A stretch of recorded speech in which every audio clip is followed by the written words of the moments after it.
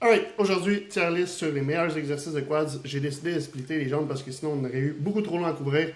Donc aujourd'hui, je me focus vraiment plus sur les quads. Puis encore là, j'ai même pas mis tous les exercices des quads parce qu'il y en aurait tellement. Fait qu'on se concentre vraiment sur le principal. Puis encore une fois, sur certains exercices que je vois que à chaque fois j'ai goût de m'arracher les cheveux de sa tête. Puis d'autres exercices que j'aime beaucoup qui sont quand même négligés puis voire souvent évités. Donc on start ça avec la tier list. Premier exercice. Ça va être le CC squat. Mais pas juste le CC squat. Le CC squat pogné sur un banc où est-ce que tu drives tes genoux en avant. Je l'ai mis dans le trash parce que t'as aucun support. Tu peux pas mettre de charge. C'est quand même très rough sur les genoux. Fait que ceux qui ont moindrement un peu de sensibilité au niveau des genoux, c'est sûr que tu exploses tes genoux. CC squat, je dirais que c'est vraiment à éviter comme mouvement cette variation-là vraiment de CC squat. Puis encore là, on peut pas mettre de charge. Le dos est vraiment sous tension. Fait que même comme finisher à fin d'un workout, c'est vraiment pas idéal à aller chercher. Ensuite de ça, deuxième exercice, le hack squat, je l'ai mis en A. C'est un super bon exercice, c'est stable, c'est le fun à faire, c'est très confortable. Tout dépendant des variations de hack squat, il y en a qui vont charger vraiment plus, d'autres un petit peu moins. Exemple, le Cybex hack squat qui est super difficile versus, mettons, le Atlantis hack squat qui est quand même vraiment plus facile à faire. Mais ça reste que c'est super confortable. Puis en plus de ça, c'est qu'on peut venir ajouter des bandes élastiques tout dépendant le profil de résistance, comment on va venir le changer, le modifier. Fait qu'on peut mettre des bands pour déloader la portion du bas, comme on peut mettre des bands pour loader la portion du haut également. Fait que super bon exercice qui peut être très intéressant au niveau du développement des quads. Si c'est possible de mettre les pieds un petit peu plus étroits, un petit peu plus bas, pour qu'on ait un petit peu plus de knee drive vers l'avant sans que les talons, évidemment, lèvent de la plaque. On va mettre encore plus l'emphase au niveau du quad. Ensuite de ça, on va avoir le leg press legs. Le leg press, j'ai mis un peu comme AB. Pourquoi? Parce que souvent, c'est un très bon exercice, mais souvent, le monde va juste essayer de loader ça en cochon. Là, l'exécution prend bord. C'est rare que je vois des bonnes amplitudes de mouvement sur un leg press, que ce soit un pivot ou un leg press standard. Fait que c'est un très bon exercice, il est bien exécuté. Par contre, souvent, il est mal exécuté parce que le monde va juste focus à la charge et malheureusement, il va avoir un manque au niveau de leur exécution. Fait que bien exécuté, puis encore une fois, plus rapproché un petit peu plus bas, on va avoir un petit peu plus d'emphase au niveau du quad. Mais encore là, c'est juste de faire attention parce que il y en a certains que c'est ça, ça va pas être super bien exécuté, on n'aura pas de range of motion. Fait que c'est un AB, mais c'est un exercice que j'aime beaucoup une fois qui est bien maîtrisé, qui est bien exécuté, puis qu'on fait pas juste charger un cochon. Prochain exercice, goblet squat, je l'ai mis en D. Il y a plusieurs raisons. Goblet squat, surtout si tu mets un petit peu plus large, tu vas avoir plus d'emphase au niveau du fessier du squat. Ça, c'est la première raison. Deuxième des raisons, si c'est au dumbbell, ben, tu vas être vraiment limité au niveau de ta charge. Ben, enfin, un gobelet, c'est au dumbbell. Dumbbell, kettlebell, même principe. Tu vas être limité au niveau de ta charge. Puis en plus de ça, tu vas manquer de stabilité. Ça peut être intéressant en fin de workout comme finisher en superset, mettons avec du leg extension, où est-ce qu'on veut aller mettre un peu plus l'emphase sur la portion étirée, qu'on mette le gobelet squat en superset. Mais au-delà de ça, c'est pas un exercice que j'appréhende, c'est pas un exercice que j'affectionne particulièrement pour ces raisons-là. Par contre, ça peut être intéressant, car là, si on a un gobelet squat, qu'on met les pieds un petit peu plus larges, un peu plus, qu'on essaie d'avoir un peu plus de knee drive, petit tip pour ça, de relever les talons un peu plus, un 10 à 30 degrés, va aider à avoir plus d'emphase au niveau du quad. Dans ce cas-là, je le mettrais peut-être en C, voire B, au niveau de l'exécution là, du gobelet squat, tout dépendant de la variante qu'on va avoir. Prochain exercice, le CC squat, mais CC squat supporté. Donc là, je le mets en B parce qu'on va avoir un vraiment meilleur support. Ça va être beaucoup plus facile d'exécuter le mouvement. C'est pas un mouvement, par contre, qu'on va être en mesure de charger. Puis c'est pas nécessairement un mouvement qu'on veut charger non plus en fou parce qu'on a quand même beaucoup de force de cisaillement dans le genou. Fait que ça peut être dangereux pour les tendons. Force de cisaillement, en fond, là, c'est ce qui empêche le genou de popper vers l'avant. Brièvement expliqué. Mais ça peut être un exercice intéressant en finisher encore là en superset pour accentuer la portion étirée du muscle. Ça peut être un exercice qui est intéressant en fin de workout.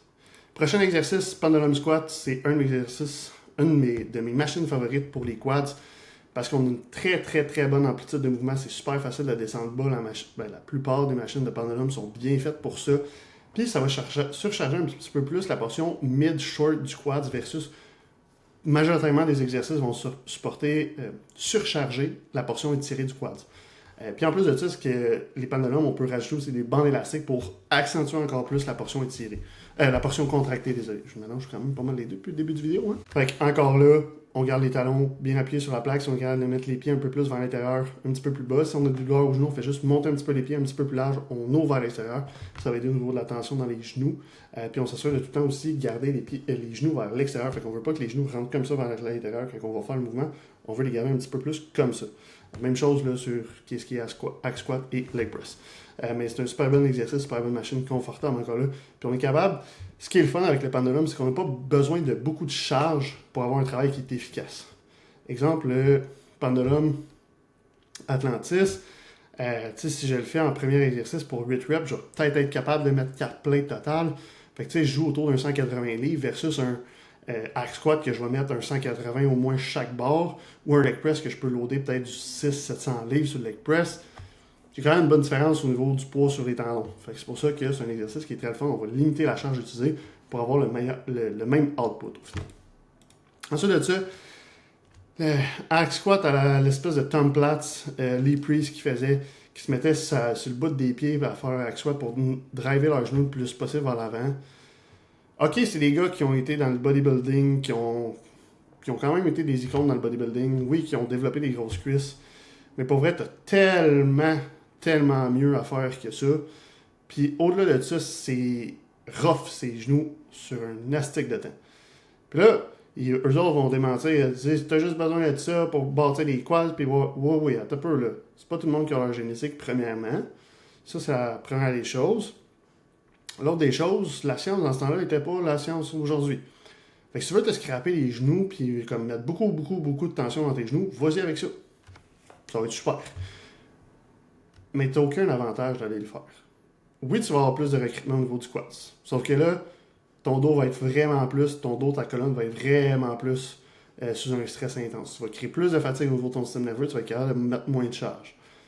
Vas-y juste avec des exécutions normales / standards, ça va être 100% suffisant. L'espèce de hack squat à la Tom Platz ou à la Lee Priest, s'il vous plaît, on limite ça le plus possible. Ok, il y a d'autres bodybuilders qui ont été des plus gros icônes et qui n'ont jamais fait ce genre de patente à gosse là.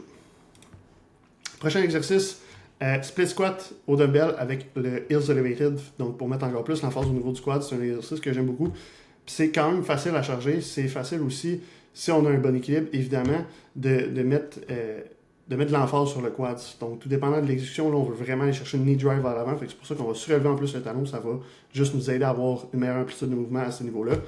Mais c'est un exercice qui est super bon au niveau du développement du quadriceps.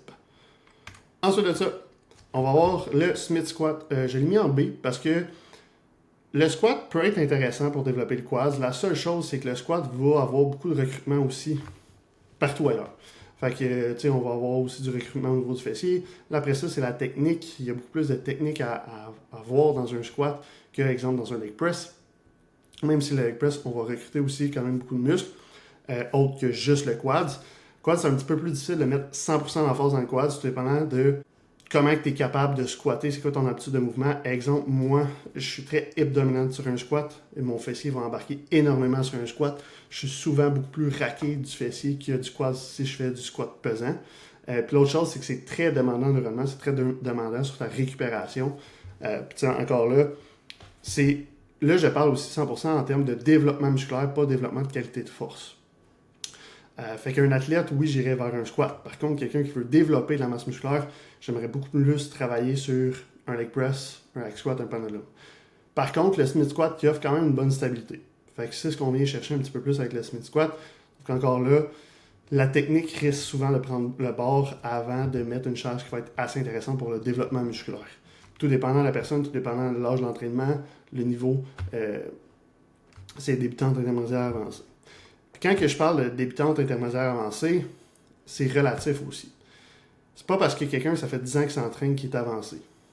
Quelqu'un que ça fait 10 ans qu'il s'entraîne, mais qui a eu très peu de résultats, ou qui a mis très peu d'efforts dans ses entraînements pour structurer ça, ou quoi que ce soit, c'est pas quelqu'un que je considère étant avancé dans son entraînement. C'est pas quelqu'un qui a produit énormément de résultats. Versus quelqu'un que ça fait 2 ans qu'il s'entraîne, mais qui a pris ça vraiment au sérieux, puis qui a eu beaucoup de résultats, parce qu'il s'entraîne bien, là, je vais considérer cette personne-là beaucoup plus avancée que l'autre personne, même si ça fait 10 ans qu'elle s'entraîne. Prochain exercice, squat barre libre.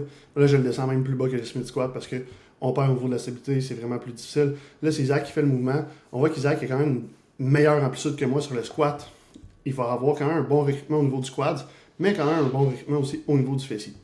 Fait que, encore là, c'est de faire attention, mais encore une fois, c'est pas un exercice comme super au niveau point de vue stabilité, charge, encore là, on charge beaucoup au niveau de la colonne, ça va créer beaucoup de fatigue, plus de risque de blessure. Prochain exercice, le Pod 15 Step Up. C'est un exercice un peu moins connu maintenant. C'est pas un exercice qui offre beaucoup de range of motion. Fait que c'est pour ça que je l'ai mis en B. Par contre, c'est un très bon exercice pour apprendre le knee drive puis aller chercher un peu plus la portion étirée en limitant le range of motion du mouvement. Fait qu'on va limiter la fatigue, on va limiter l'accumulation de fatigue et le dommage musculaire. Par contre, c'est un exercice qui est très, très difficile, ça paraît pas, mais en ajoutant un wedge comme ça, il y a très peu de personnes qui vont être capables de bien l'exécuter au départ. Fait que souvent, on doit soit réduire le wedge ou ne pas en mettre. Mais ça peut être un très bon exercice en termes de finisher. C'est pas un exercice que j'irais chercher en prime lift. Parce que oui, on va être capable de mettre pesant quand même, mais ça reste que l'amplitude de mouvement est plus ou moins intéressante. Mais quelqu'un qui a des douleurs dans les genoux, par contre, ça peut être un exercice qui est intéressant à commencer à intégrer au début pour justement limiter la charge et avoir un petit peu plus de knee drive. Puis ça va être moins difficile à faire que style le split squat abdominal. Next one, front squat, barbell. Là, je le mets en D. Il y a deux parties à cette réponse-là. Première partie, oui, on va avoir un meilleur recrutement au niveau du quadriceps souvent avec un front squat qu'un back squat parce qu'on va changer notre centre de masse, la barre est en avant. Par contre, c'est un mouvement qui est beaucoup plus difficile à exécuter au niveau de la technique. C'est juste, mettons, d'aller prendre la barre, moi, mes mains vont pas plus loin. Quand je vais prendre une barre front squat, je vais la prendre comme ça, c'est assez inconfortable, je vais aller dans la gorge, puis en plus, mon dos doit tout tenir la charge vers l'arrière. Fait que je vais mettre beaucoup de pression au niveau de mon dos, ce qui n'est pas vraiment super, c'est pas vraiment ça que je vais aller chercher. Je vais aller chercher plus de travail au niveau du squat. C'est pour ça que c'est un exercice que, vraiment, comme, à moins que ce soit un athlète ou quoi que ce soit, là, on peut aller chercher, mais point de vue de développement musculaire, c'est vraiment pas un exercice que je vais aller prioriser, loin de là. Next one, walk-in lunge. C'était difficile d'imaginer un peu le walk-in lunge.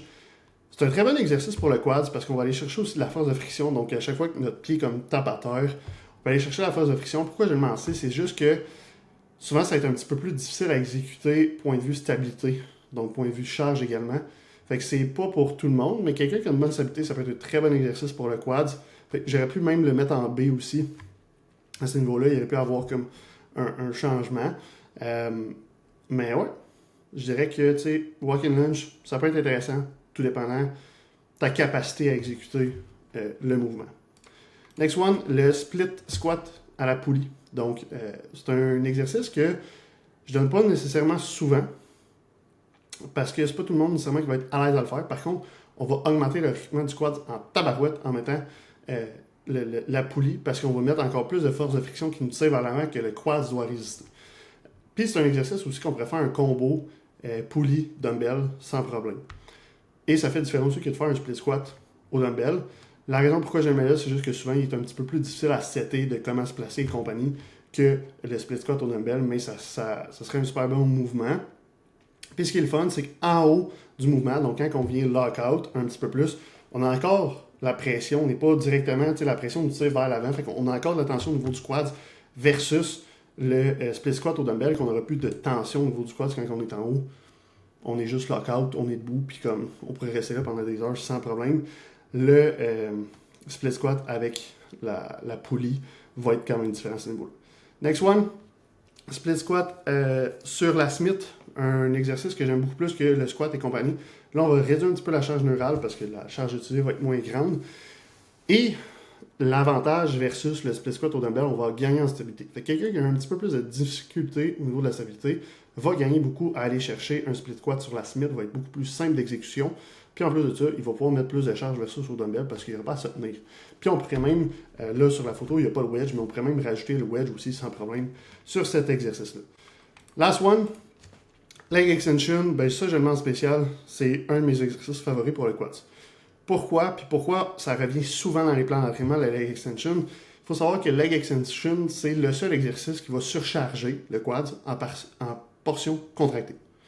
Donc, c'est le seul exercice qui offre cet avantage-là. Tous les autres exercices peuvent avoir de la tension en contraction, exemple le pendulum, mais ne va pas surcharger le quad en portion contractée versus le leg extension va le faire.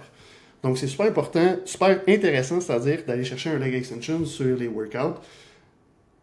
Ça peut être en activation, ça peut être en fatigue, bref, ça peut être en superset. Il y a différentes façons de l'emmener, de fonctionner, mais c'est le seul exercice qui va vraiment venir mettre l'emphase sur la portion contractée du muscle qu'on veut aller travailler également. Donc, super intéressant de le mettre. La seule chose à faire attention, souvent on voit, je vois tout le temps le monde, là, il monte super vite, il reste très peu en haut, puis là, il redescend.